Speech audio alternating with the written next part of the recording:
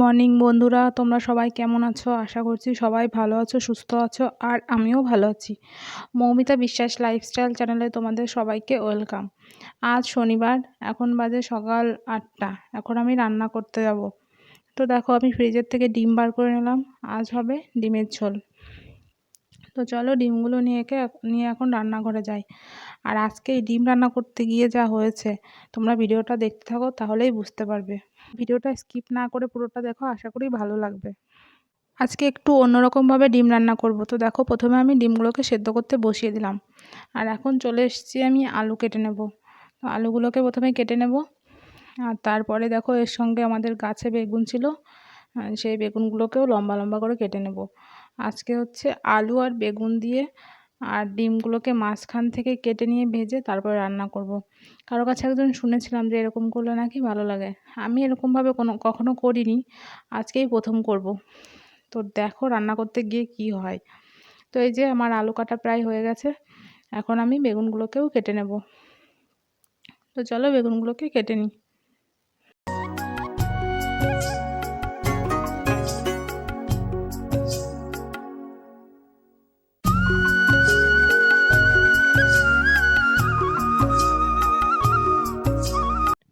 আজকে রান্না হবে ডিমের ঝোল, আর লাউ দিয়ে, ডালের বড়ি দিয়ে একটা নিরামিষ, আর হচ্ছে যে লাউয়ের খোসাগুলো থাকে সেগুলো দিয়ে, আলু দিয়ে আর পেঁয়াজ দিয়ে ভাজা। জানো তো, লাউয়ের খোসা আমি কখনোই ফেলে দিই না, আমার লাউয়ের খোসা ভাজা খুবই ভালো লাগে। তো যদি তখনই রান্না করতে না পারি, রেখে দিই, পরে সেগুলোকে রান্না করে নিই। তো দেখো, তোমাদের সাথে কথা বলতে বলতে আমার সব কাটাকুটি হয়ে গেছে, আর এখানে ডিমগুলোও সেদ্ধ হয়ে গেছে। এখন ডিমগুলোকে ছাড়িয়ে নিই। আর একটা ডিম জানো তো, ফেটে পুরো ঘর ছড়িয়ে গেছিলো, মানে খোসাগুলো।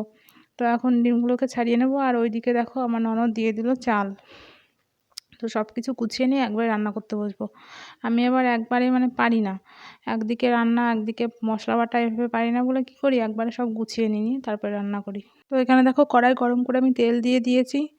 এখন তেলটা গরম হয়ে হোক, একটু নেড়ে নিলাম, তারপর বেগুনগুলোকে ভেজে নেব। তো দেখো, আমার বেগুনগুলো প্রায় ভাজা হয়ে গেছে। ওই একটা দুটো একটু কম ভাজা ছিল, ওগুলোকে আবার উল্টে দিচ্ছি ভাজার জন্য। তো এখন বেগুনগুলোকে তুলে নেব ভেজে। তো আমি এদিকে রান্না বসিয়ে দিয়েছি, ওইদিকে আমার ননদ দেখো বাকি সবজিগুলো কেটে নিয়েছে। আর এখানে হচ্ছে অনুষ্কা, মানে আমার ছোটো ননদ, দিয়ে দিল চা আর বিস্কুট। চলো এটা খেয়ে নিই।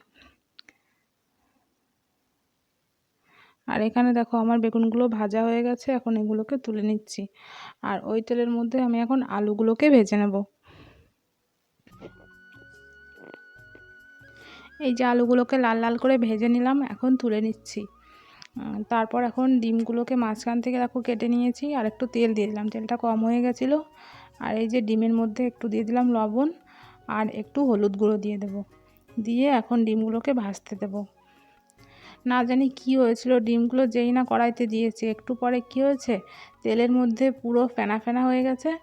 আর হচ্ছে ডিমগুলো পটপট করে ফাটছিল, মানে কি আর বলবো। এখন তো আমার হাসি পাচ্ছে, কিন্তু তখন মনে হচ্ছিলো পালাই। তো এই দেখো, ডিমগুলো দেখেছো কেমন হয়ে যাচ্ছে। আর একটু পরেই দেখবে ফাটতে শুরু করেছে, ওই যে শুরু হয়ে গেছে ফাটা। তো আমি আর পরে রেকর্ড করিনি সেই জন্য। তো আমি তো কিছুই বুঝতে পারছিলাম না কি করব। তো সেখানে আমার ননদ ছিল, ও আবার ঢেকে দিয়েছিল। তারপরে কড়াইটা নামিয়ে নিয়েছিলাম।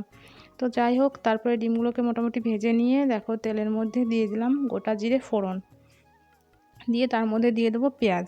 পেঁয়াজটাকে হালকা ভাজবো, পেঁয়াজটা না বেশি পুড়িয়ে ফেললে ভালো হয় না। তো আমি খুব বেশি ভাজি না, আমি এভাবেই করি। তো পরে আবার মশলাটা কষবো, তো দিয়ে পেঁয়াজটা বেশি ভাজা হয়ে গেলে পুড়ে যাবে। তো তার মধ্যে দেখো দিয়ে দিলাম আদা রসুন আর জিরে বাটা, দিয়ে এবার মশলাগুলোকে ভালো করে কষিয়ে নেব। আর তার মধ্যে একটু জল দিয়ে দিচ্ছি, আমাদের উনুনে রান্না তো, দিয়ে মশাল জ্বালানো ছিল, খুব প্রচণ্ড পরিমাণে তাপ হয়ে যায়। তো মশলাটা পুড়ে যাচ্ছিলো, তাই একটু জল দিলাম। আর দিলাম লবণ, হলুদ আর কেটে রাখা টমেটো। এখন দেখো আরেকটু জল দেবো, দিয়ে তারপর মশলাটাকে কষবো, কারণ উনুনে প্রচণ্ড তাপ। তো দেখো, আমার মশলাটা প্রায় কষা হয়ে গেছে, টমেটোগুলোও গলে গেছে। এখন দিয়ে দিলাম ভেজে রাখা আলু। তো আলুগুলো দিয়ে খানিকক্ষণ কষাবো। আর কষানো হয়ে গেলে এর মধ্যে দিয়ে দেবো জল। আর ওদিকে আমার ভাত হচ্ছে সাইডের উনুনে, মানে একসাথেই হয়ে যায় ভাত তরকারি। তো দেখো, আমি এখন জল দিয়ে দিয়েছি। তো এখন তরকারিটা হোক। এই যে তরকারিটা ফুটতে শুরু করেছে, এখন ফুটে গেছে। তারপর দেখো আমি চেক করে নিচ্ছিলাম যে আলুগুলো গলেছে কিনা। তো এই আলুটা সেরকম গলেনি, থাকে না এক একটা এক এক রকম হয়। তো এই আলুটা দেখো গলে গেছে। তো এখন আমি এর মধ্যে ভেজে রাখা ডিম আর হচ্ছে বেগুনগুলোকে অ্যাড করে দেবো। তো দেখতেই পাবে ডিমগুলো কীরকম পুড়ে পুড়ে গেছে আর ভেঙে গেছে, কুসুমগুলো বেরিয়ে এসছে, মানে পুরো নাজেহাল অবস্থা হয়ে গেছি। আর কোনোদিন আমি এরকম করব না এই রান্নাটা। খেতে ভালো হয়েছিল, কিন্তু হচ্ছে মানে খুব বাজে অবস্থা হয়ে গেছিলো রান্না করতে গিয়ে। তো দেখো আমি ডিম আর আলুগুলো দিয়ে দিলাম। এই ডিম আর আলু বলছি, ডিম আর বেগুন দিয়ে এখন এটাকে ফুটিয়ে নেবো। বেশিক্ষণ ফোটাবো না, তাহলে কী হবে, বেগুনটা ঘেঁটে যাবে। আর বেগুনটা এরকম গোটা গোটা থাকলে ভালো লাগে খেতে। তো নামানোর আগে একটু গরম মশলা দিয়ে দিলেই হয়ে যাবে। তো এটাকে আমি 5 মিনিট মতো ফোটাবো আর একটু ঝোল ঝোল রাখবো, বেশি মাখা মাখা করবো না, কারণ আমাদের বাড়িতে সবাই ঝোল পছন্দ করে। আর এদিকে দেখো আমি ভাতটাও দেখে নিচ্ছিলাম, ভাতটা হয়ে গেছে। আর আমাদের ভাতটা জানো তো একটু দেরি হলেই, মানে নামানোতে একটু দেরি হলেই একদম পুরো ঘেঁটে যাচ্ছে, নরম হয়ে যাচ্ছে, খাওয়া যায় না। তো ভাতটাকেও নামিয়ে নেব, তোমরা দেখতে থাকো।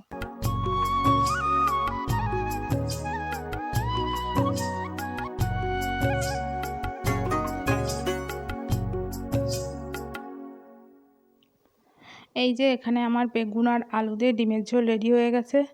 আর আমি লাউ আর লাউয়ের খোসা ভাজাটা দেখালাম না। তো এই যে রান্নাটা হয়ে গেছে, এই যে লাউ আর হচ্ছে ডালের বড়ি। ডালের বড়ি আমার না খুব প্রিয়। আর এখানে আছে এই যে আমি ভাজাটা বসিয়ে দিয়েছিলাম, তো এই যে ভাজাটা হচ্ছে। তো চলো রান্না বান্না করে নিই, পরে দেখা হচ্ছে আবার তোমাদের সাথে।